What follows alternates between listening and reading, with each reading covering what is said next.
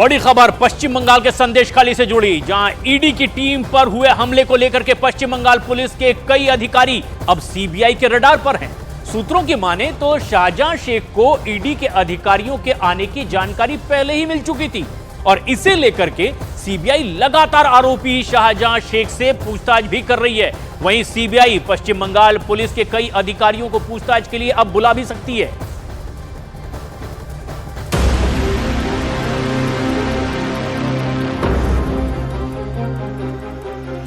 5 जनवरी को ईडी की टीम पर हुए हमले की इन तस्वीरों को अभी आप भूले नहीं होंगे, जिसके बाद आरोपी शाहजहां शेख फरार हो गया था, जिसे बंगाल की पुलिस ने 55 दिन बाद गिरफ्तार कर लिया था। ईडी टीम पर हुए हमले के दौरान ईडी अधिकारियों से उनका लूटा गया सामान कहां गया, इस मामले में बंगाल पुलिस के कई ऑफिसर सीबीआई के रडार पर आ गए हैं, जिन्हें सीबीआई पूछताछ के लिए बुला सकती है। सीबीआई की हिरासत में मौजूद शेख अभी भी खुद को शाहजहां समझ रहा है। मामले में ईडी अधिकारियों के कई महत्वपूर्ण दस्तावेज, लैपटॉप, उनकी मोहर प्रिंटर, फोन भी गायब हुए थे, जिनके बारे में कोई सुराग हाथ नहीं लगा है। अब जांच एजेंसी को डर है कि कहीं उनका गलत इस्तेमाल न कर लिया जाए। फिलहाल सीबीआई शाहजहां शेख को स्पॉट पर भी लेकर जा सकती है। सीबीआई शाहजहां को तीनों मामलों में अलग अलग गिरफ्तार कर सकती है, जिसके चलते शाहजहां लंबे समय तक सीबीआई हिरासत में रह सकता है। सीबीआई की कस्टडी में आने के बाद से शाहजहां शेख की मुश्किलें लगातार बढ़ रही हैं। शाहजहां शेख सीबीआई को उसके सवालों के जवाब देने की जगह उनको उलझाने में लगा हुआ है। कभी ड्राइवर के रूप में अपना धंधा शुरू करने वाले शाहजहां शेख की जन्म कुंडली खंगालने के लिए सीबीआई के आधा दर्जन तेज तर्रार अधिकारियों की ड्यूटी लगाई गई है। सूत्रों के मुताबिक सीबीआई जानना चाहती है कि घटना वाले दिन ईडी अधिकारियों के उसके यहां जाने की खबर क्या पहले ही उसे किसी अधिकारी ने दे दी थी? क्या उसने ईडी अधिकारियों की टीम पहुंचने के पहले ही अपनी पूरी तैयारी कर ली थी? हालांकि शाहजहां का दावा है कि उसने ईडी अधिकारियों से अपने यहां तलाशी किए जाने का सर्च वारंट मांगा था, जो ईडी अधिकारियों ने उसे नहीं दिखाया। उल्टा उसके घर का दरवाजा तोड़ने लगे। फिर मामला बिगड़ गया। शाहजहां के गोल मटोल जवाबों को देखते हुए सीबीआई टीम अब शाहजहां की अलग अलग प्रॉपर्टी की भी सर्च कर रही है। सीबीआई ने इस मामले में बंगाल पुलिस के उप निरीक्षक पिनाकी सरकार द्वारा दर्ज एफआईआर को भी अपने कब्जे में ले लिया है। यानी आने वाले दिनों में शाहजहां शेख की मुश्किलें और बढ़ सकती हैं। पहुंचा तो इसने बाल अपचारियों से एक गैंग तैयार कर दी, लॉरेंस की गैंग तैयार कर दी। ये लॉरेंस की गैंग, बाल अपचारियों की गैंग को लेकर ये 12 फरवरी को यहाँ से 23 बाल अपचारियों को लेकर बाल सुधार गृह की खिड़की तोड़कर फरार हो गया। 29 फरवरी को ये रोहतक पहुंचे। रोहतक में व्यापारी सचिन गोदा की इन्होंने हत्या की मां बेटे के सामने, और उसके बाद में वहां से ये फरार हुए नेपाल। भवानी, जरा ये बताएं, पुलिस के लिए एक बड़ा चैलेंज है क्योंकि 20 बाल अपराधी हैं, बाकी ये कहां है, उनके बारे में क्या इंफॉर्मेशन, क्या जानकारी मिल पाई है?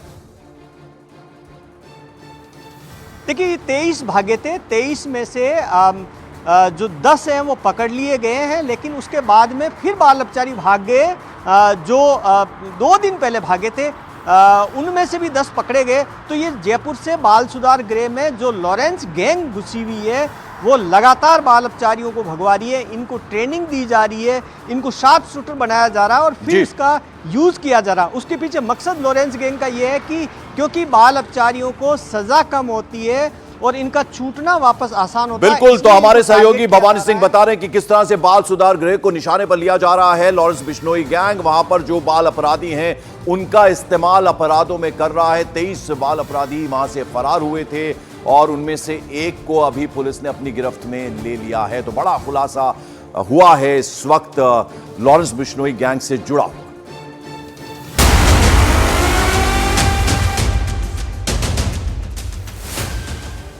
और मॉर्निंग प्राइम में बड़ी खबर, कांग्रेस एक बार फिर से पुराने चेहरों पर दाव खेलती दिखाई दे रही है। सूत्रों के मुताबिक राहुल वायनाड से चुनाव लड़ेंगे और इस बात पर कांग्रेस की केंद्रीय चुनाव समिति की बैठक में मोहर लगाई गई है।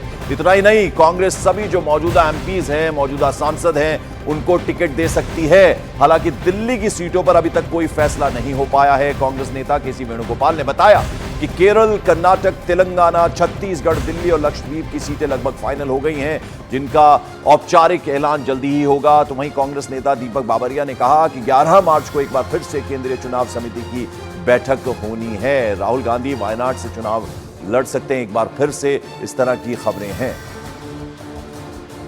डिस्कशन हुआ और बाद में जो है सीईसी का ओपिनियन था कि इसके बारे में 11 तारीख को फिर से डिस्कशन होगा। आज पेंडिंग हो गया सर। कोई थोड़ा सा डिस्कशन जरूर से हुआ, अप्राइजल जैसा हुआ, फिर बाद में से it was the opinion of the CEC कि ये किसी के बारे में for Delhi, it was restricted to Delhi. आज हरियाणा तो उसमें एजेंडा में भी नहीं था। 11 तारीख को। इस बीच आपको बता दें, कांग्रेस सीईसी बैठक में शामिल हुए सचिन पायलट ने कहा कि सभी पहलुओं पर चर्चा हुई है और जो भी शख्स चुनाव जीतने की स्थिति में है वो चुनाव लड़ेगा।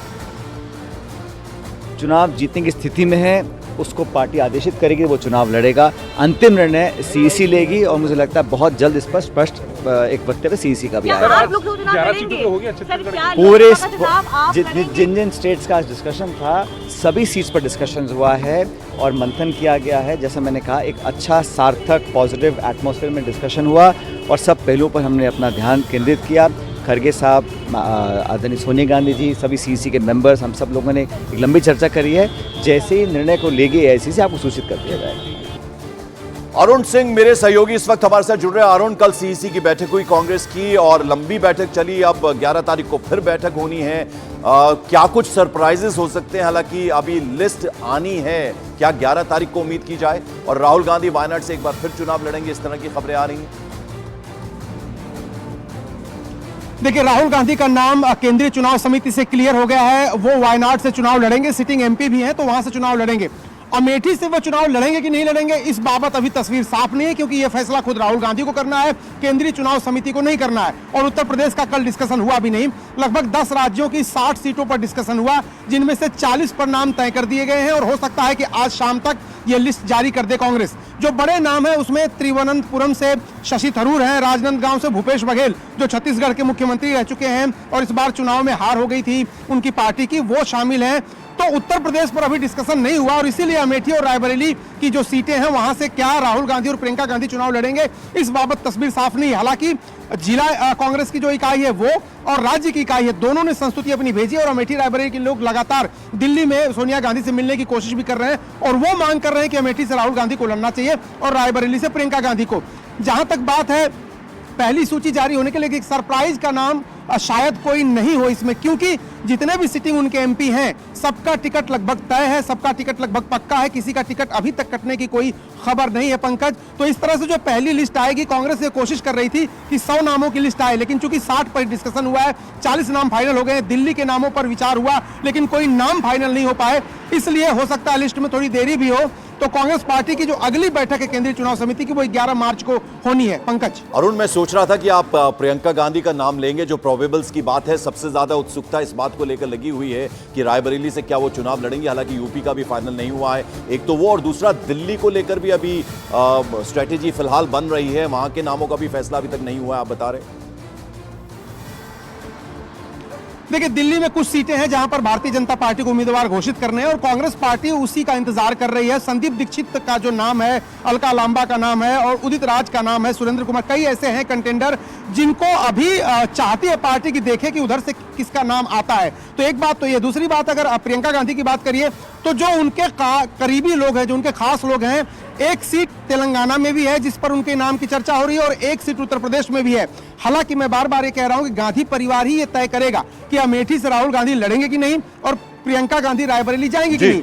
अगर राहुल सिर्फ वायनाड से लड़ते हैं, अमेठी नहीं जाते हैं, तो दोनों सीटों में से किसी एक पर प्रियंका को उतारा जा सकता है। लेकिन ये सारे सवाल का जवाब तब मिलेगा जब राहुल, प्रियंका और सोनिया तीनों एक साथ बैठेंगे और ये फैसला परिवार को ही लेना है। बिल्कुल, तो अब कहीं ना कहीं 11 तारीख का भी इंतजार करना होगा जब दूसरी बैठक होगी और राहुल गांधी, जैसा कि अरुण मेरे सहयोगी बता रहे हैं कि चुनाव अमेठी से भी क्या वो लड़ेंगे और यदि वो नहीं लड़ेंगे तो वहां से या फिर रायबरेली से प्रियंका गांधी चुनाव लड़ेंगी। तो यह भी सस्पेंस फिलहाल बना हुआ है। बहुत बहुत शुक्रिया हमारे साथ जुड़ने के लिए अरुण। और लोकसभा चुनाव सीट शेयरिंग को लेकर बीजेपी में बैठकों का दौर लगातार जारी। देर रात अमित शाह के आवास पर अहम बैठक हुई। इस बैठक में बीजेपी अध्यक्ष जेपी नड्डा, टीडीपी अध्यक्ष चंद्रबाबू नायडू मौजूद रहे। साथ ही साथ जनसेना पार्टी के राष्ट्रीय अध्यक्ष पवन कल्याण भी इस बैठक में शामिल हुए और सूत्रों के मुताबिक बैठक में बिहार और आंध्र प्रदेश में गठबंधन और सीट शेयरिंग फॉर्मूले पर चर्चा हुई। बैठक बिहार कोर ग्रुप के नेता भी इस बैठक में मौजूद रहे।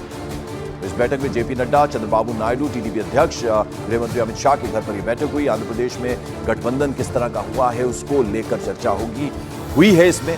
और दिल्ली में गृह मंत्री अमित शाह के घर पर यह अहम बैठक हुई और इसमें जेपी नड्डा, चंद्रबाबू नायडू मौजूद रहे।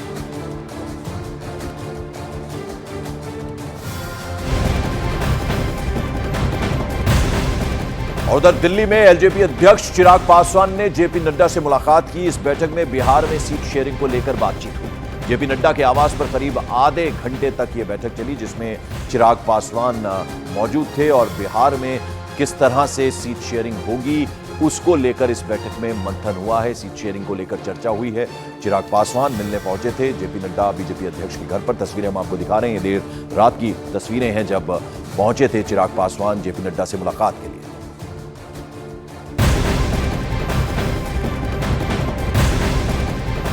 मॉर्निंग प्राइम में अगली खबर, लोकसभा चुनाव से पहले मोदी सरकार ने बड़ा तोहफा दिया।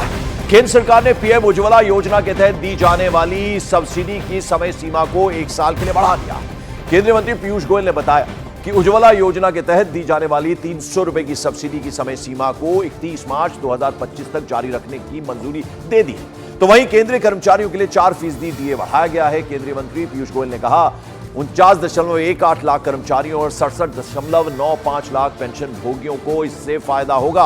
साथ ही साथ केंद्र सरकार की ओर से कच्चे जूट का न्यूनतम समर्थन मूल्य यानी एमएसपी भी बढ़ाया गया है। इसमें 285 रुपए प्रति क्विंटल की बढ़ोतरी की गई है। तो वहीं एआई मिशन के तहत 10,372 करोड़ रुपए के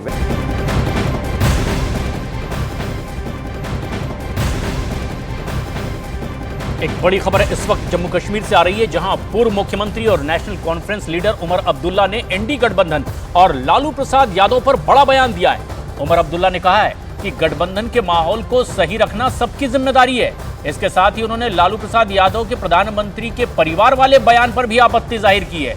उमर अब्दुल्ला ने कहा कि ऐसे तो गठबंधन के लोग सेल्फ गोल कर रहे हैं।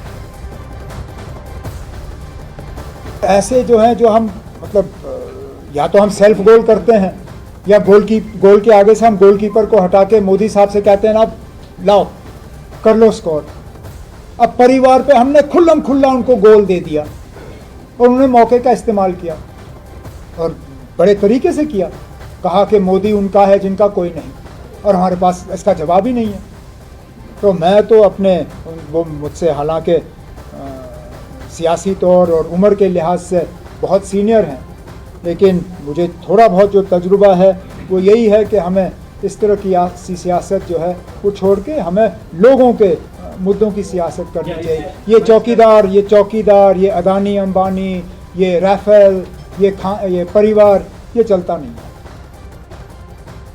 कांग्रेस को इस बातचीत के दौरान उनसे कहा है कि देखिए ना, 6 सीटों में ज़्यादा गुंजाइश है नहीं, लेकिन हम असेंबली में एक साथ काम करने के लिए दरवाज़ा खुला रखने के लिए तैयार हैं, लेकिन बशर्त ये कि हम देखें कि इस आने वाले पार्लियामेंट इलेक्शन में उनका रवैया कैसा रहेगा।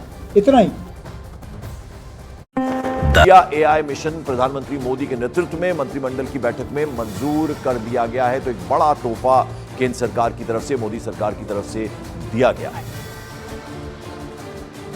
प्रधानमंत्री उज्ज्वला योजना के लाभार्थियों को दी जाती है, जिसकी अवधि 31 मार्च 2024 तक थी, उसको 1 वर्ष के लिए बढ़ा दिया जाए और अब 300 रुपये प्रति सिलेंडर, हर वर्ष 12 सिलेंडर तक की सीमा तक हमारे प्रधानमंत्री उज्ज्वला योजना के लाभार्थियों को 31 मार्च 2025 तक यानी 1 साल की अवधि बढ़ाते हुए लगभग 10 करोड़ से अधिक परिवारों को ये लाभ मिलेगा।